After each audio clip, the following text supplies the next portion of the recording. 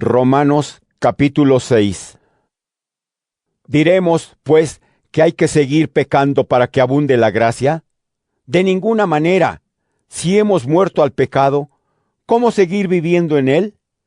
¿Ignoran acaso que todos nosotros, a quienes el bautismo ha vinculado a Cristo, hemos sido vinculados a su muerte? En efecto, por el bautismo hemos sido sepultados con Cristo, quedando vinculados a su muerte, para que así como Cristo fue resucitado de entre los muertos por el poder del Padre, así también nosotros llevemos una vida nueva. Porque si hemos sido injertados en Cristo a través de una muerte semejante a la suya, también compartiremos su resurrección. Sepan que nuestra antigua condición pecadora quedó clavada en la cruz con Cristo, para que, una vez destruido este cuerpo marcado por el pecado, no sirvamos ya más al pecado, porque cuando uno muere, queda libre del pecado. Por tanto, si hemos muerto con Cristo, confiemos en que también viviremos con Él. Sabemos que Cristo, una vez resucitado de entre los muertos, no vuelve a morir. La muerte no tiene ya dominio sobre Él, porque cuando murió, murió al pecado de una vez para siempre. Su vivir, en cambio, es un vivir para Dios. Así también ustedes, considérense muertos al pecado, pero vivos para Dios, en unión con Cristo Jesús. Que no reine, pues, el pecado en su cuerpo mortal hasta el punto de quedar sometidos a sus apetitos. Ni ofrezcan tampoco sus miembros como armas perversas al servicio del pecado, sino más bien ofrézcanse a Dios como lo que son, muertos que han regresado a la vida, y hagan de sus miembros armas para la justificación al servicio de Dios. No tiene por qué dominarlos el pecado, ya que no están bajo el yugo de la ley, sino bajo la acción de la gracia. Entonces, ¿qué? ¿Nos entregaremos al pecado porque no estamos bajo la ley, sino bajo la gracia? De ninguna manera. ¿No saben que si se ofrecen a alguien como esclavos para obedecerle, se hacen esclavos de aquel a quien obedecen? ¿Esclavos del pecado, que los llevará a la muerte, o esclavos de la obediencia a Dios, que los conducirá a la justificación? Pero, gracias a Dios, ustedes, que eran antes esclavos del pecado, han obedecido de corazón la doctrina que les ha sido transmitida, y liberados del pecado, se han hecho esclavos de la justicia. Les estoy hablando al modo humano, consciente de su dificultad para comprender. Lo mismo, pues, que antes se entregaron como esclavos a la impureza y a la maldad hasta llegar a la perversión. Así ahora, entréguense como esclavos al servicio de la justicia para conseguir la santidad. En otro tiempo estaban al servicio del pecado y no se consideraban obligados a buscar la justicia, de lo que ahora se avergüenzan. ¿Qué frutos cosecharon? Porque el resultado de todo aquello fue la muerte. Ahora, en cambio, liberados del pecado y convertidos en siervos de Dios, tienen como fruto la plena consagración a Él y como resultado final la vida eterna. En efecto, el pago del pecado es la muerte, mientras que Dios nos ofrece como don la vida eterna por medio de Cristo Jesús, nuestro Señor. Romanos capítulo 7. Lo saben bien, hermanos, puesto que estoy hablando a entendidos en leyes, que sólo mientras vive está el hombre sometido a la ley. Así, por ejemplo, la mujer casada, mientras vive el marido, está sujeta a la ley que la une al marido. Pero si el marido muere, queda libre de esa ley. Por tanto, será tenida por adúltera si viviendo el marido, se une a otro hombre. Pero, una vez muerto el marido, queda libre de esa ley y ya no es adúltera si se une a otro hombre. Pues lo mismo ustedes, hermanos, por la muerte corporal de Cristo, quedaron muertos a la ley y ya pueden pertenecer a otro, al que ha resucitado de entre los muertos, con el fin de producir frutos para Dios. Cuando vivíamos sometidos a nuestros apetitos, nuestras pasiones pecaminosas, activadas por la ley, producían en nosotros frutos de muerte. Pero ahora hemos sido liberados de la ley y muertos respecto a la ley que nos tenía prisioneros, y podemos ya servir a Dios según la nueva vida del Espíritu y no según la vieja letra de la ley. ¿Qué quiere decir esto? ¿Que la ley es pecado? De ninguna manera. Sin embargo, yo no habría conocido el pecado a no ser por la ley. Por ejemplo, yo no sabía lo que era un mal deseo hasta que dijo la ley: no tengas malos deseos. Y así, con ocasión del precepto, la fuerza del pecado despertó en mí toda clase de malos deseos, mientras que sin la ley no habría actuado la fuerza del pecado. En un tiempo, al no haber ley, todo era vida para mí, pero al venir el precepto, revivió la fuerza del pecado, y yo quedé muerto. Y así me encontré con que un precepto hecho para dar vida resultó para mí instrumento de muerte. En efecto, con ocasión del precepto, la fuerza del pecado me sedujo y por medio de él me llevó a la muerte. Y el caso es que la ley es santa, y los preceptos son santos, justos y buenos. Entonces, ¿se habrá convertido en causa de muerte para mí algo que de suyo es bueno? De ninguna manera. Lo que pasa es que el pecado, para demostrar su fuerza, se sirvió de una cosa buena para causarme la muerte. De este modo, el pecado, por medio del precepto, ejerce hasta el máximo todo su maléfico poder. Estamos, pues, de acuerdo en que la ley pertenece a la esfera del espíritu, pero yo soy un hombre de apetitos desordenados y vendido al poder del pecado. Y no acabo de comprender mi conducta, pues no hago lo que quiero, sino que hago lo que aborrezco. Pero si hago lo que aborrezco, estoy reconociendo que la ley es buena, y que no soy yo quien lo hace, sino la fuerza del pecado que actúa en mí. Y yo sé bien que no hay cosa buena en mí, en lo que respecta a mis apetitos desordenados. En efecto, el querer el bien está a mi alcance, pero el hacerlo no. Pues no hago el bien que quiero, sino el mal que aborrezco. Y si hago el mal que no quiero, no soy yo quien lo hace, sino la fuerza del pecado que actúa en mí. Así que descubro la existencia de esta ley. Cuando quiero hacer el bien, se me impone el mal. En mi interior me complazco en la ley de Dios, pero experimento en mí otra ley que lucha contra lo que me dicta mi mente y me encadena la ley del pecado que está en mí. Infeliz de mí, ¿quién me librará de este cuerpo que me lleva a la muerte? Tendré que agradecérselo a Dios por medio de Jesucristo nuestro Señor. Resumiendo, soy yo mismo quien con la mente sirvo a la ley de Dios, y con mis desordenados apetitos vivo esclavo de la ley del pecado. Romanos capítulo 8. Ya no pesa, por tanto, condenación alguna sobre los que viven en Cristo Jesús, porque la ley del Espíritu vivificador me ha liberado, por medio de Cristo Jesús, de la ley del pecado y de la muerte. Pues lo que era imposible para la ley, a causa de la debilidad humana, lo realizó Dios enviando a su propio Hijo con una naturaleza semejante a la del pecado.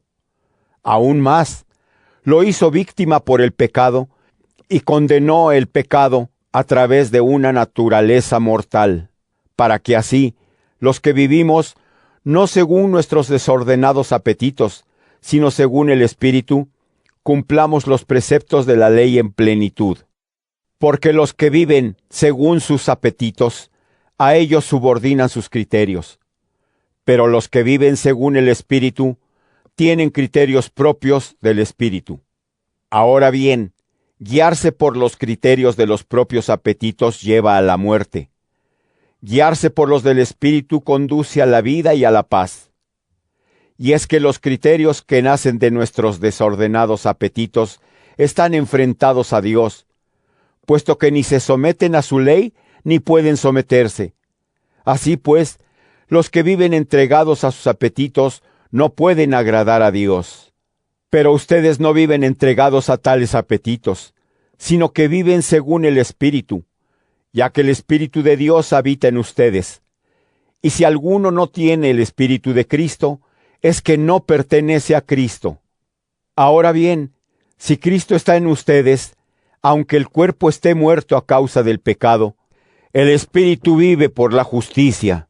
Y si el Espíritu de Dios, que resucitó a Jesús de entre los muertos, habita en ustedes, el mismo que resucitó a Jesús de entre los muertos, hará revivir sus cuerpos mortales por medio de ese Espíritu suyo que habita en ustedes.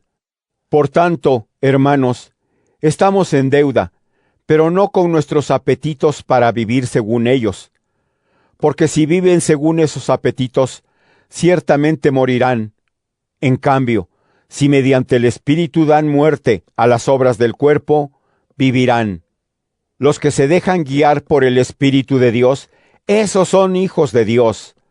Pues bien, ustedes no han recibido un espíritu que los haga esclavos para caer de nuevo en el temor, sino que han recibido un espíritu que los hace hijos adoptivos y nos permite clamar, Abba, es decir, Padre.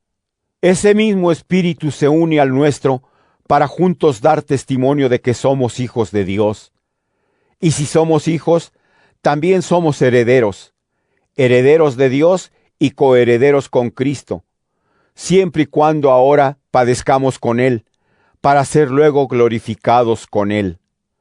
Entiendo, por lo demás, que los sufrimientos del tiempo presente no pueden compararse con la gloria que un día se nos manifestará, porque la creación misma espera anhelante que se manifieste lo que serán los hijos de Dios, condenada al fracaso, no por propia voluntad, sino por aquel que así lo dispuso.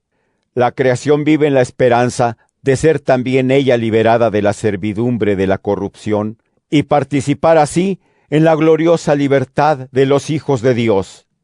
Sabemos, en efecto, que la creación entera está gimiendo con dolores de parto hasta el presente. Pero no solo ella, también nosotros, los que poseemos las primicias del Espíritu.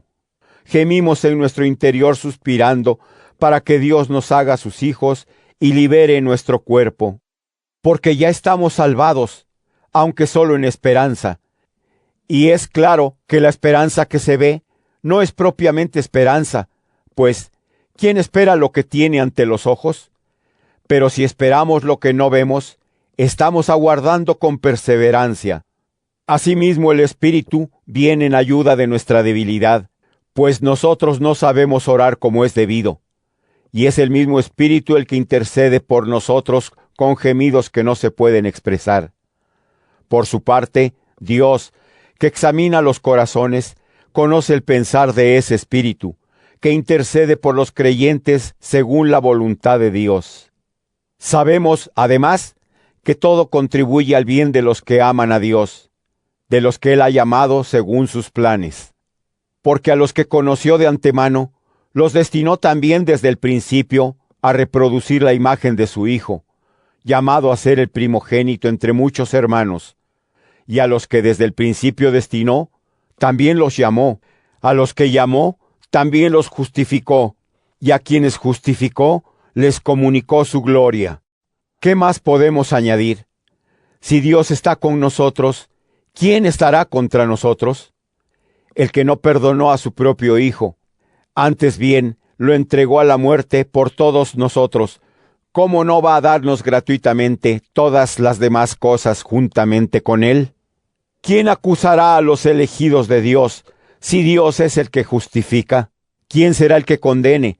Si Cristo Jesús ha muerto, más aún, ha resucitado y está a la derecha de Dios, intercediendo por nosotros. ¿Quién nos separará del amor de Cristo? ¿El sufrimiento, la angustia, la persecución, el hambre, la desnudez, el peligro, la espada? Ya lo dice la Escritura. Por tu causa, estamos expuestos a la muerte cada día. Nos consideran como ovejas destinadas al matadero. Pero Dios, que nos ama, hará que salgamos victoriosos de todas estas pruebas, porque estoy seguro de que ni muerte, ni vida, ni ángeles, ni otras fuerzas sobrenaturales, ni lo presente, ni lo futuro, ni poderes de cualquier clase, ni lo de arriba, ni lo de abajo, ni cualquier otra criatura podrá separarnos del amor de Dios manifestado en Cristo Jesús, Señor nuestro. Romanos capítulo 9.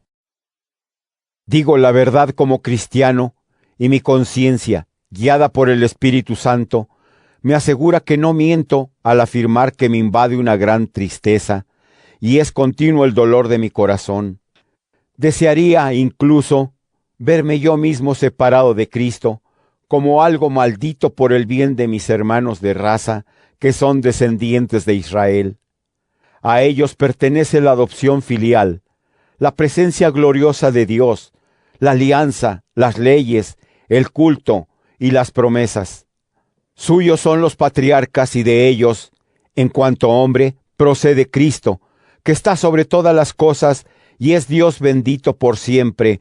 Amén. No es que haya quedado sin efecto la palabra de Dios, pero sucede que no todos los que descienden de Israel son verdaderos israelitas, ni los que descienden de Abraham son todos hijos suyos, pues dice la Escritura: Isaac continuará tu descendencia. Con otras palabras, no son los nacidos por generación natural los verdaderos hijos de Dios, sino los nacidos en virtud de la promesa. Esos son la verdadera descendencia, pues los términos de la promesa son estos: Por este tiempo volveré y Sara tendrá ya un hijo. Está además el caso de Rebeca, que concibió 2 hijos de un solo hombre, nuestro antepasado Isaac. Pues bien, cuando aún no habían nacido, y no habían hecho nada, ni bueno ni malo, para dejar patente que las decisiones divinas no dependen del comportamiento humano, sino de Dios que llama, se le dijo a Rebeca: El mayor servirá al menor. O como dice en otro lugar la Escritura: Amé a Jacob más que a Esaú.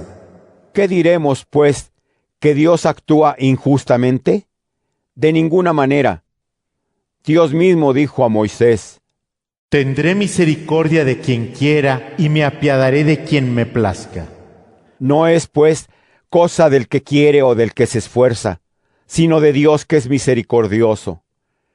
En este sentido dice la Escritura, dirigiéndose al faraón: Te he constituido rey para mostrar en ti mi poder y para hacer famoso mi nombre en toda la tierra. Así pues, Dios muestra su misericordia a quien quiere y deja endurecerse a quien le place. Me dirás, entonces, ¿por qué reprende si nadie puede resistir a su voluntad?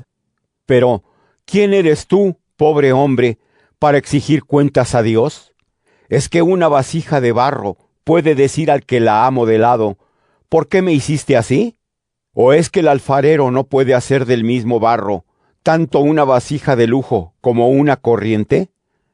Así es Dios: cuando quiere manifiesta su ira y da a conocer su poder, pero puede soportar con gran paciencia a los que se han hecho objeto de ira y se han puesto en camino de perdición. De esta manera manifiesta las riquezas de su gloria en los que hizo objeto de su amor y de antemano preparó para esa gloria. Entre ellos estamos nosotros, a quienes ha llamado no solo de entre los judíos, sino también de entre los paganos. Así lo dice el libro de Oseas: Al que no es mi pueblo lo llamaré pueblo mío, y amada mía a la que no es mi amada. Y en el mismo lugar en que se les dijo, no son mi pueblo, allí serán llamados de nuevo hijos del Dios vivo. Isaías, por su parte, refiriéndose a Israel, dice: Aunque fueran los israelitas tan numerosos como la arena del mar, solo un resto se salvará, pues el Señor va a cumplir en la tierra totalmente y sin tardanza su palabra. Y como predijo también Isaías: Si el Señor Todopoderoso no nos hubiera dejado un germen, habríamos sido como Sodoma, nos habríamos parecido a Gomorra. ¿Qué concluir de esto? Pues que los paganos, que no se esforzaban en buscar la salvación, recibieron esa salvación a la que se llega por medio de la fe. Israel, en cambio, esforzándose por cumplir una ley que debía llevar a la salvación, ni siquiera cumplió la ley. ¿Saben por qué? Porque al prescindir de la fe y apoyarse en sus obras, tropezaron en aquella piedra puesta como prueba, según dice la Escritura. Miren que pongo en Sión una piedra en la que pueden tropezar, y un peñasco que los puede hacer caer. Pero el que ponga en ella su confianza no quedará defraudado. Romanos capítulo 10. Hermanos, deseo de todo corazón, y así se lo pido a Dios, que los israelitas consigan la salvación, porque doy fe de que buscan ardientemente a Dios, aunque a ciegas. No reconocen, en efecto, la fuerza salvadora de Dios y quieren hacer valer la suya propia, sin someterse a esa fuerza salvadora. No se dan cuenta de que la ley tiene su cumplimiento en Cristo, por el que Dios concede la salvación a todo el que cree. Escribiendo sobre el poder salvador de la ley, dice Moisés que quien la cumpla tendrá vida por ella. Pero la fuerza salvadora que nos llega por medio de la fe se expresa así. No te hagas esta pregunta. ¿Quién subirá al cielo? Se sobreentiende que para conseguir que Cristo baje. O esta otra. ¿Quién bajará al abismo? Se sobreentiende que para hacer surgir a Cristo de entre los muertos. En definitiva, ¿qué dice la Escritura? Que la palabra está cerca de ti, en tu boca y en tu corazón. Pues bien, esta es la palabra de fe que nosotros anunciamos. Porque si proclamas con tu boca que Jesús es el Señor, y crees con tu corazón que Dios lo ha resucitado de entre los muertos, te salvarás. En efecto, cuando se cree con el corazón, actúa la fuerza salvadora de Dios. Y cuando se proclama con la boca, se obtiene la salvación. Pues dice la Escritura, quien quiera que ponga en él su confianza, no quedará defraudado. Y no hay distinción entre judío y no judío, pues uno mismo es el Señor de todos, rico para todos los que lo invocan. En una palabra, todo el que invoque el nombre del Señor se salvará. Ahora bien, ¿cómo van a invocar a aquel en quien no creen? ¿Y cómo van a creer en él si no les ha sido anunciado? ¿Y cómo va a ser anunciado si nadie es enviado? Por eso dice la Escritura, ¡qué hermosos son los pies de los que anuncian buenas noticias! Pero no todos han aceptado la buena nueva. Isaías lo dice, Señor, ¿quién ha dado crédito a nuestro mensaje? En definitiva, la fe surge de la proclamación, y la proclamación se verifica mediante la palabra de Cristo. Pero pregunto, ¿es que no han oído? Todo lo contrario. A toda la tierra ha llegado la voz de los mensajeros, y hasta los extremos del mundo sus palabras. Sin embargo, pregunto de nuevo, ¿será que Israel no ha entendido el mensaje? Oigamos, en primer lugar, lo que dice Moisés. Les daré celos con un pueblo que no es mío. Provocaré su enojo, valiéndome de una nación sin sabiduría. Isaías, por su parte, se atreve a decir, me han encontrado los que no me buscaban. Me he manifestado a los que no preguntaban por mí. Y a Israel le dice, durante todo el día he tenido extendidas mis manos hacia un pueblo incrédulo y rebelde.